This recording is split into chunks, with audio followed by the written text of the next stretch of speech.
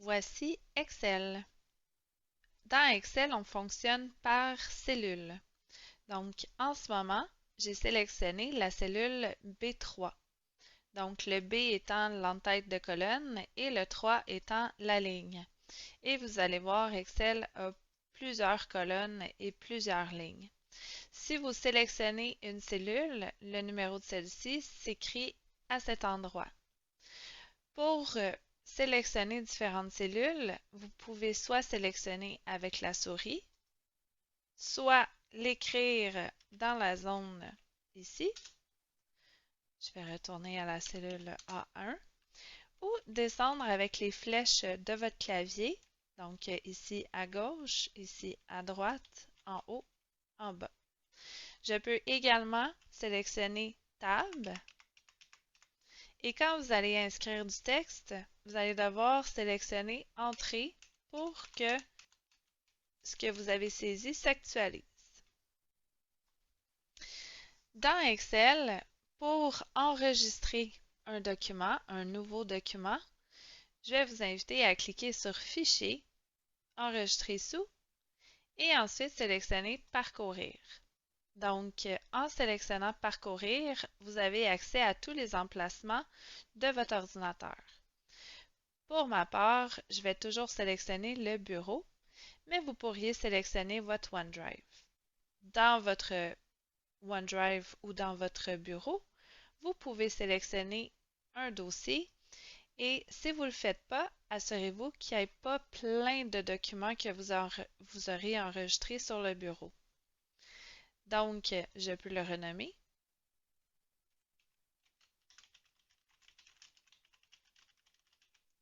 Et quand j'ai terminé, je vais cliquer sur Enregistrer. Donc, maintenant, vous voyez ici, mon document s'appelle Fichier de présentation. Pour écrire du texte dans Excel, je sélectionne la cellule dans laquelle je veux l'écrire et j'écris. Et une fois que c'est écrit, je clique sur Entrée. Excel nous permet d'utiliser la recopie incrémentée. Donc, je vous montre et pour le faire, je vais faire un zoom. Excel connaît les jours de la semaine. Donc, si j'écris lundi, je me positionne dans le coin puisque vous voyez le petit carré vert. Et quand ma souris devient une croix noire, je sélectionne, je glisse vers le bas et je relâche. Donc, de cette façon-là, la recopie incrémentée met tous les jours de la semaine. Excel connaît également les mois de l'année. Donc, janvier, je sélectionne, je me positionne dans le coin, je clique et je glisse et je relâche. Et je ne sais pas si vous avez remarqué, la petite étiquette, il me dit exactement où est-ce qu'il est rendu. Donc, en ce moment, mars, avril, septembre. Et là, étant donné que je veux les 12 mois de l'année, je vais relâcher quand ça va être écrit décembre. Ensuite, Excel est capable de faire des bons. Donc, si je veux lui faire des bons de 5, je vais inscrire 0, 5. Je dois écrire les deux premiers bons que je veux que Excel fasse et je sélectionne les deux avec la souris. Et de la même façon, je vais me positionner dans le petit coin où est-ce que le carré vert, je sélectionne, je glisse et je relâche. Si je veux qu'Excel fasse des bonds de 2, je sélectionne, je glisse et je relâche. Et ça pour tous les bonds que vous voulez faire, que ce soit 1, 2, 5, 10, c'est comme vous voulez. Je peux également lui demander de faire des bonds, mais avec du texte qui va être inclus. Donc, par exemple, élève 1, élève 3, entrée. Je sélectionne, je glisse et je relâche.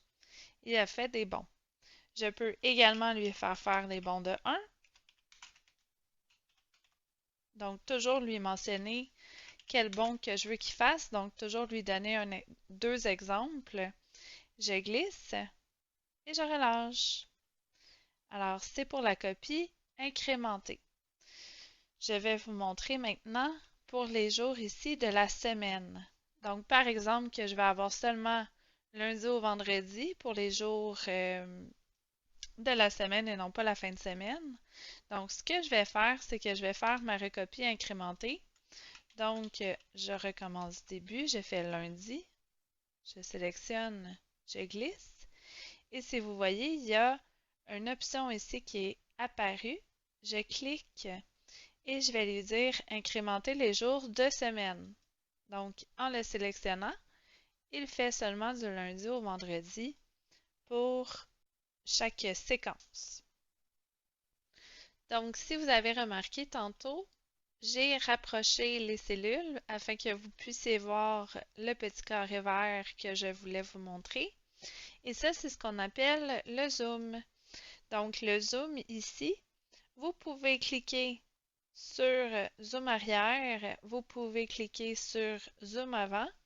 Et pour le faire sans avoir à cliquer dans la barre qu'il y a ici, je sélectionne CTRL et avec la roulette de ma souris, je vais approcher pour un zoom avant et je vais reculer pour un zoom arrière. Et je ne relâche jamais le contrôle. Donc, je clique sur CTRL, j'avance avec la souris et quand j'ai terminé, je relâche le contrôle. Je peux déplacer le texte que j'ai écrit.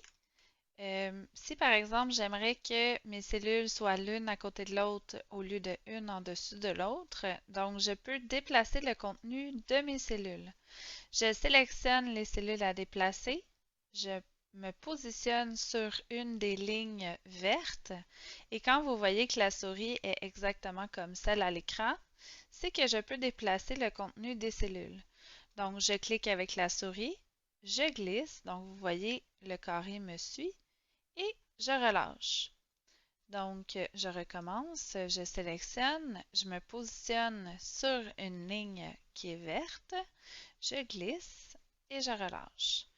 Vous pouvez également copier-coller ou couper-coller.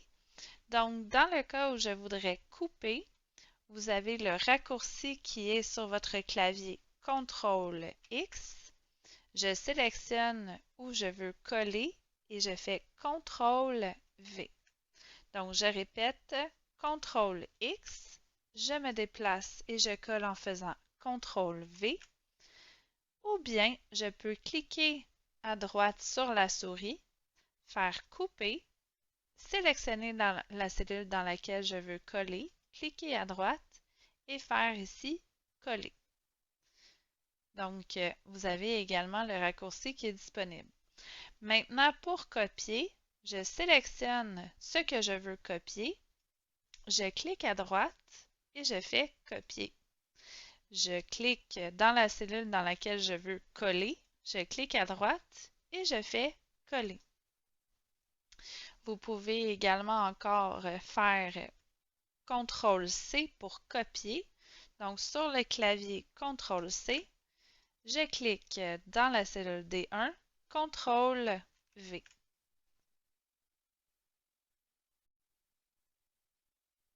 Lorsque vous avez terminé de faire la copie, c'est important d'appuyer sur la touche Échappe de votre clavier pour que le mode copie s'arrête. Sinon, si vous vous positionnez dans une cellule et que vous cliquez par exemple sur Entrée, il va tout de suite copier ce que vous avez fait. Donc, pour annuler un autre raccourci que je pourrais vous montrer, donc pour annuler le dernier geste fait, vous pouvez cliquer sur la petite flèche vers l'arrière. Donc, ici, il tombe en mode recopie. Et si non, vous ne voulez pas annuler finalement, bien, on peut rétablir le dernier geste annulé. Vous avez également le CTRL-Z qui est le raccourci pour annuler le dernier geste. Faites attention avec le annuler et rétablir. Parfois, on oublie certains gestes qu'on a effectués et on annule des choses qu'on ne voudrait pas nécessairement annuler. Pour supprimer le contenu de cellule dans Excel, vous sélectionnez la cellule et vous cliquez sur votre clavier sur Supprime ou Delete. Vous pouvez en supprimer plusieurs ou un seul. Et par exemple, qu'il y aurait une erreur dans un, euh, dans un texte, vous sélectionnez la cellule en question, vous positionnez votre souris à l'endroit que vous voulez modifier et vous voyez le curseur clignote et je peux tout simplement supprimer. Quand j'ai terminé, je clique sur Entrée. Sinon, je peux également cliquer ici dans la barre de formule et modifier le texte en cliquant sur Supprimer. Donc, c'est corrigé de cette façon-là. Vous pouvez également utiliser l'efface. Donc, vous avez l'efface ici qui vous permet d'effacer tout, d'effacer les formats, d'effacer le contenu. Je vais vous en reparler dans une vidéo plus tard, mais je peux cliquer sur Effacer tout pour effacer le contenu d'une cellule. Pour revenir avec la saisie de données, dans Excel, bien entendu, sa force, c'est les chiffres. Donc, si je lui donne des chiffres, il se pourrait qu'il le convertisse en date. Donc, par exemple, si je voulais inscrire un numéro d'inventaire, par exemple 03-12, pour un numéro d'inventaire quelconque, quand j'appuie sur Entrée, il y a de fortes chances qu'il le convertisse en date. Parce que pour lui, 03-12, c'est le mois de mars. Donc, automatiquement, il prend le 12 mars. Mais moi, je veux absolument qu'il inscrive 03-12. Donc, pour le forcer à le faire, je vais ajouter un apostrophe. Donc, l'apostrophe lui mentionne que j'inscris du texte. Donc, maintenant, vous voyez, il m'a automatiquement mis 03-12 pour mettre des numéros d'inventaire. Si je veux inscrire une date, je vous suggère de toujours inscrire année, mois, jour. Donc, année, mois, jour, et je clique sur Entrée. Maintenant, au niveau des dates, vous avez la section qu'on appelle mise en forme rapide. Donc, je clique ici et vous avez plusieurs possibilités. Pour les dates, j'ai le choix entre date courte ou bien date longue. Donc, si je veux qu'il soit inscrit le mois en lettres, je vais tout simplement sélectionner date longue. Dans le groupe, vous devez sélectionner ici, donc pour avoir accès à toutes les fonctionnalités pour un nombre ou bien pour tous les formats de nombre, je vais cliquer sur le petit carré et vous avez toutes les informations ici. Donc, si vous voyez pour la date, il y a plusieurs options qui sont disponibles. Je pourrais demander à Excel de mettre 14 mars, 2012. Donc ici, vous avez un aperçu de quoi va avoir l'air votre texte quand vous allez cliquer sur OK. Donc ici, par défaut, il met la virgule après le mois. Donc, c'est au niveau des formats des dates. Si je veux mettre des formats à des chiffres qui représentent de l'argent, je sélectionne la cellule et j'ai bien entendu des raccourcis rapides ici, mais j'ai également des formats disponibles dans le format de nombre. Donc, je clique sur le petit carré et quand je vais sélectionner par exemple nombre, je peux lui mentionner que je veux que mes chiffres soient en rouge pour le négatif entre parenthèses, que je voudrais qu'il y ait un moins, que je veux qu'il applique le séparateur de milliers. Donc, après les milliers, il va mettre un espace pour mettre les centaines. Je pourrais également sélectionner le format monétaire. Donc, je peux lui dire que je veux 0 décimale après la virgule ou bien je peux lui dire que je veux les décimales après la virgule. Sachez que quand j'enlève les décimales après la virgule, je vais vous montrer, même si c'est inscrit 0, Excel a quand même conservé le chiffre qui se positionnait après la virgule. Il ne va pas l'effacer. Donc, c'est seulement au niveau de l'affichage qu'on ne le verra plus. Si je retourne dans les formats, vous avez également le format comptabilité. Donc, il y a des petites différences entre les formats qui sont assez discrètes. Donc, par exemple, j'ai mis format comptabilité. Je vais vous montrer maintenant le format monétaire. Donc, l'espace entre le 3 et le signe de dollar est moins grand. C'est à vous de voir quel format que vous préférez dans Excel. Si, par exemple, ici, j'enlève les décimales et que finalement, je change d'idée, je peux dire à Excel d'ajouter des décimales ou de retirer des décimales sans passer par la fenêtre qu'on voit ici. Donc, je peux tout simplement ajouter ou retirer.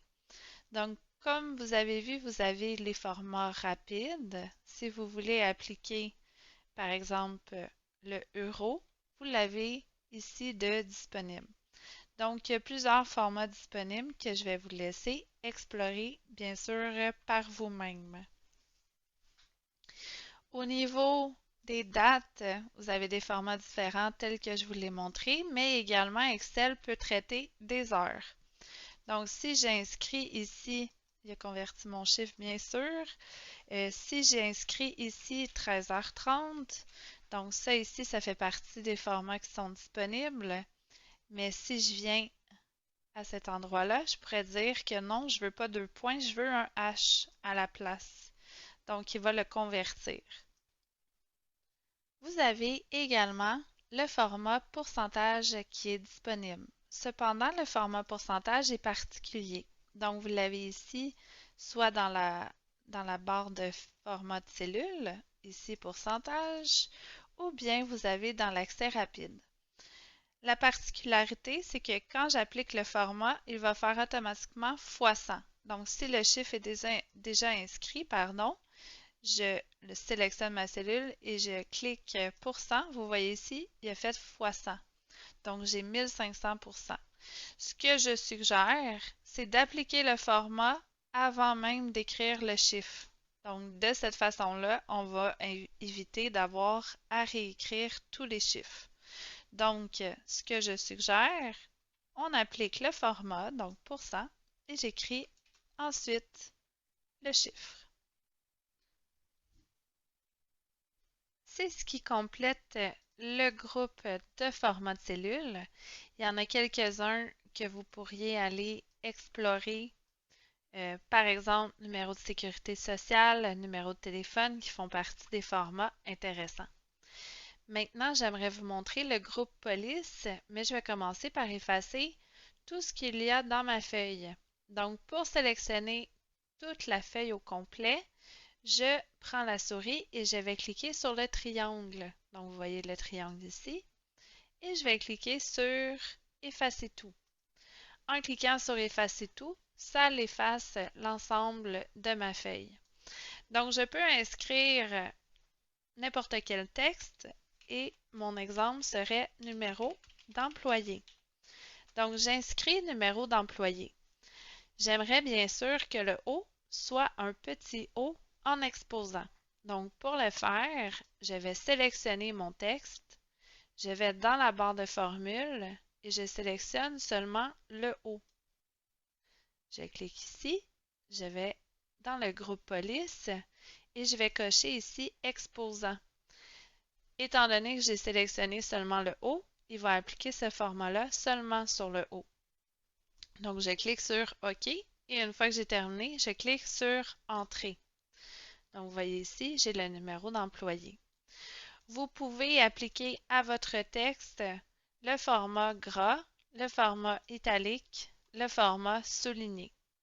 Pour les enlever, je peux recliquer sur les mêmes boutons et ça va enlever les formats que j'ai mis.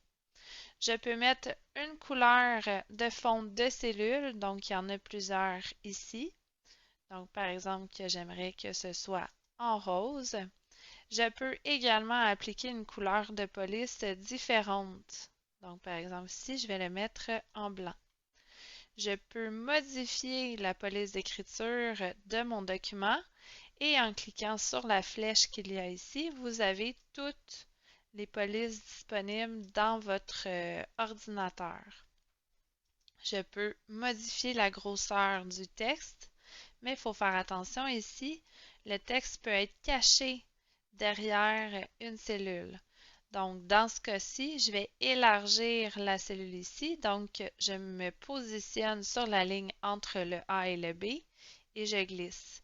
Je peux également double-cliquer pour qu'il s'ajuste à son contenu automatiquement. Donc, ici, voilà. Je pourrais réduire et agrandir. Je peux modifier les alignements du texte en cliquant sur Centrer, aligner à gauche, aligner à droite. Je peux aligner en haut, centrer et aligner en bas.